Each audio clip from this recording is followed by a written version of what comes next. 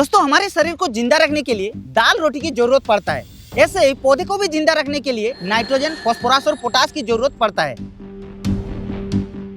ये हो गया हमारा मुख्य वजन। लेकिन मुख्य वजन के अलावा भी हमारे शरीर के अंदर और भी कुछ जैसे प्रोटीन, विटामिन या फिर कुछ सप्लीमेंट का जरूरत पड़ता है ताकि हमारे शरीर ताकतवर रहे और हमारे शरीर के अंदर बीमारी ना लगे। ऐसे ही पौधे को भी मुख्य वजन के अलावा कुछ प्रोटीन, विटामिन या फिर सप्लीमेंट का जरूरत पड़ता है ताकि पौधे के अंदर रोग बीमारियों का अटैक ना हो और पौधा जो है वो ताकतवर बने। तो इसीलिए ज्यादातर किसान टॉनिक के रूप में इस्तेमाल करते हैं फसल के अंदर।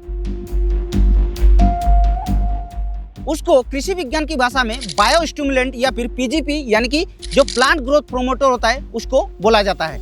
तो आज हम इसीलिए टॉनिक के बारे में आप लोगों को बताएंगे। आखिर टॉनिक क्या होता है, टॉनिक कितने प्रकार की होता है, और ज्यादातर किसानों का जो प्रॉब्लम होता है कि टॉनिक को सही समय पर इस्तेमाल नहीं कर पाते हैं, जिस वजह से टॉनिक का 100% रिजल्ट नहीं मिलता है। तो आज हम कौन सी टॉनिक को कौन सी स्टेज में इस्तेमाल करना चाहिए वो भी आप लोगों को बताएंगे। और उसके अलावा बाजार में हजारों टॉनिक मिलता है, लेकिन आप लोगों के लिए कौन सी टॉनिक परफेक्ट होता है वो भी आप लोगों को बताएंगे। तो चलिए शुरू करते हैं।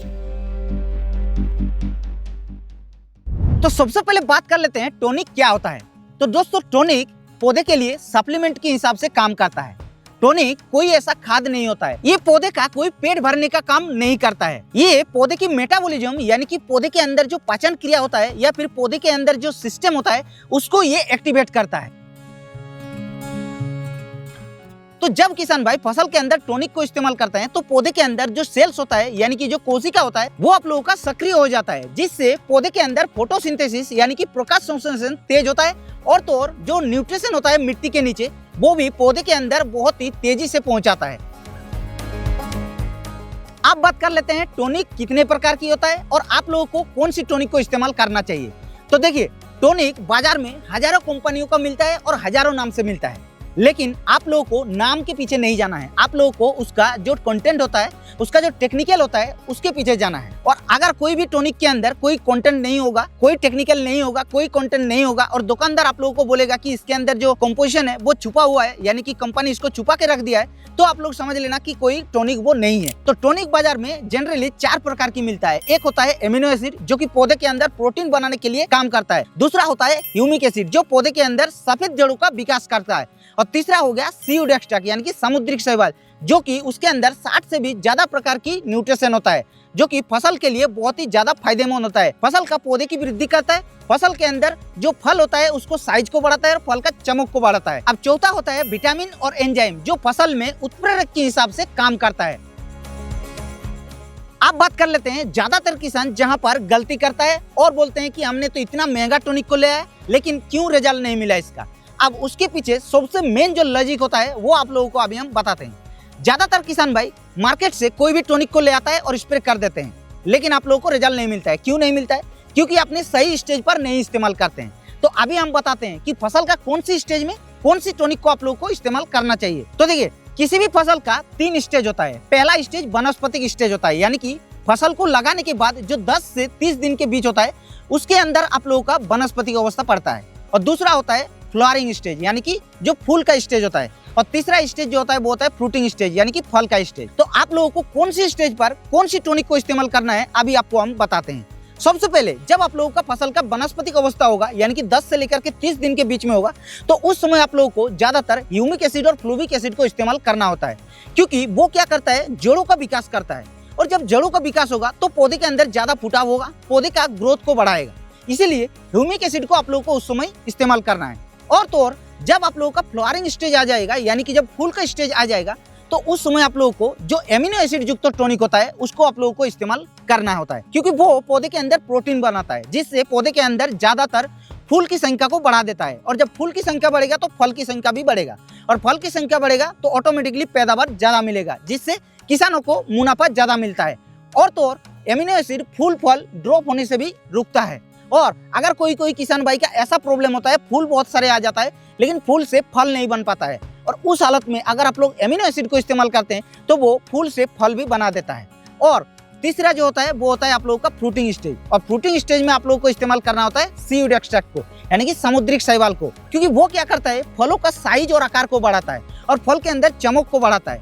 लेकिन ये सिर्फ फल का साइज और आकार को बढ़ाने का दिशा देता है, लेकिन उसको बढ़ाने के लिए जो सबसे मेन रोल करता है वो होता है पोटास।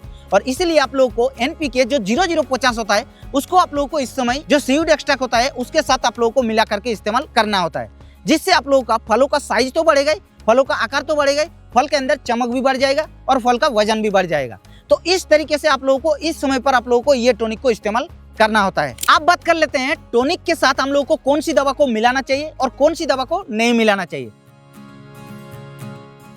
तो सबसे पहले आप लोगों को एक चीज बता देते हैं, किसी भी प्रकार की टॉनिक को जब आप लोग इस्तेमाल करने जाते हैं तो आप लोगों को कॉपर बेस्ड जो फंगिसाइड होता है उसको आप लोगों को मिलाना नहीं चाहिए, और तो और जो हर्बिसाइड होता है जो खरपतवार नाशक होता है उसको भी आप लोगों को मिलाना नहीं चाहिए। इस चीज को आप लोगों को ध्यान रखना है। दूसरी बात, जब भी आप लोग टॉनिक के साथ कोई भी इंसेक्टिसाइड या फिर फंगिसाइड मिलाने जाते हैं तो उस समय आप लोगों को थोड़ा यानी कि 2-4 बूंद दोनों को मिक्स करना है। यानी कि मान के चलिए आप किसी भी प्रकार की टॉनिक को डाल रहे हैं तो उसको पहले 2-4 बूंद किसी जगह के अंदर डाल दीजिए, और उसके साथ जो भी आप लोग फंगिसाइड या फिर इंसेक्टिसाइड मिलाने जाते हैं उसको भी आप लोग 2-4 बूंद उसके साथ मिक्स कर लीजिए। और अगर मिक्स करने के बाद वो घोल नहीं फटता है तो समझ लेना इसको आप लोग एक साथ में मिक्स करके इस्तेमाल कर सकते हैं। लेकिन अगर वो घोल फट जाता है तो आप लोग समझ लेना कि इसको आप लोगों को इसके साथ मिलाना नहीं चाहिए। इस चीज को ध्यान रखते हुए किसी भी प्रकार की टॉनिक के साथ कोई भी प्रकार की दवा को आप लोगों को मिक्स करना होता है। अब बात कर लेते हैं, बाजार में टॉनिक के नाम से आप लोगों को ठगा जा रहा है, लेकिन ये कैसे होता है, आप लोगों को इसका जानकारी कैसे पता होगा। तो अभी हम आप लोगों को 4 पॉइंट बता दे रहे हैं। इस 4 पॉइंट को ध्यान रखते हुए अगर आप लोग बाजार में टॉनिक को खरीदते हैं तो आप लोग कभी भी टॉनिक लेने से थकेंगे नहीं। तो चलिए आप लोगों को एक एक करके बताते हैं। सबसे पहले तो आप लोगों को किसी भी प्रकार की ब्रांडेड टॉनिक के अंदर लेवल होता है, उस लेवल को आप लोगों को पढ़ने के बाद ही आप लोगों को टॉनिक को खरीदना है। दूसरा चीज, टॉनिक को जब आप लोग लेने जाएंगे तो उसके अंदर कंटेंट जो है वो टेक्निकल जो है वो लिखा हुआ रहता है।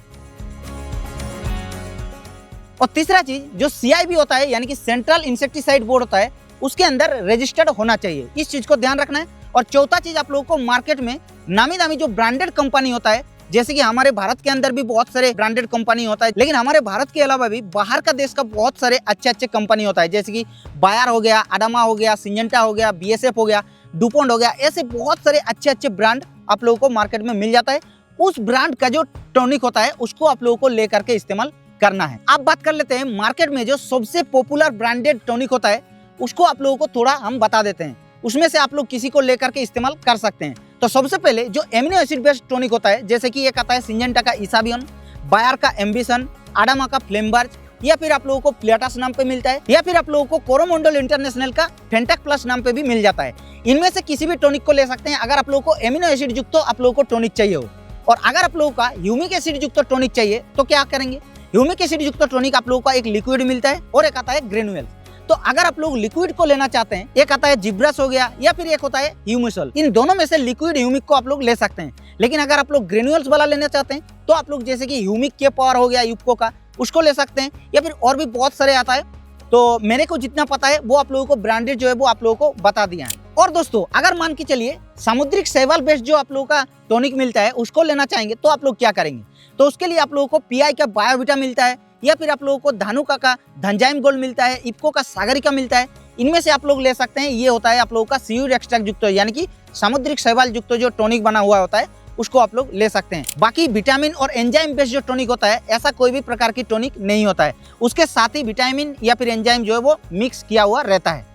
तो इस चीज को ध्यान रखते हुए अगर आप लोग टॉनिक को लेते हैं तो आप लोगों को 100% अच्छा रिजल्ट देखने को मिलेगा। तो अब बताओ, अगर आप लोगों का मन में टॉनिक के बारे में कुछ सवाल रह गया तो नीचे कमेंट करके बताओ। बाकी हमारे चैनल पर पहली बार आ रहे तो चैनल को सब्सक्राइब भी कर सकते हैं, क्योंकि हम लोग इस चैनल पर ऐसे न्यू वीडियो आप लोगों के लिए डालते रहते हैं।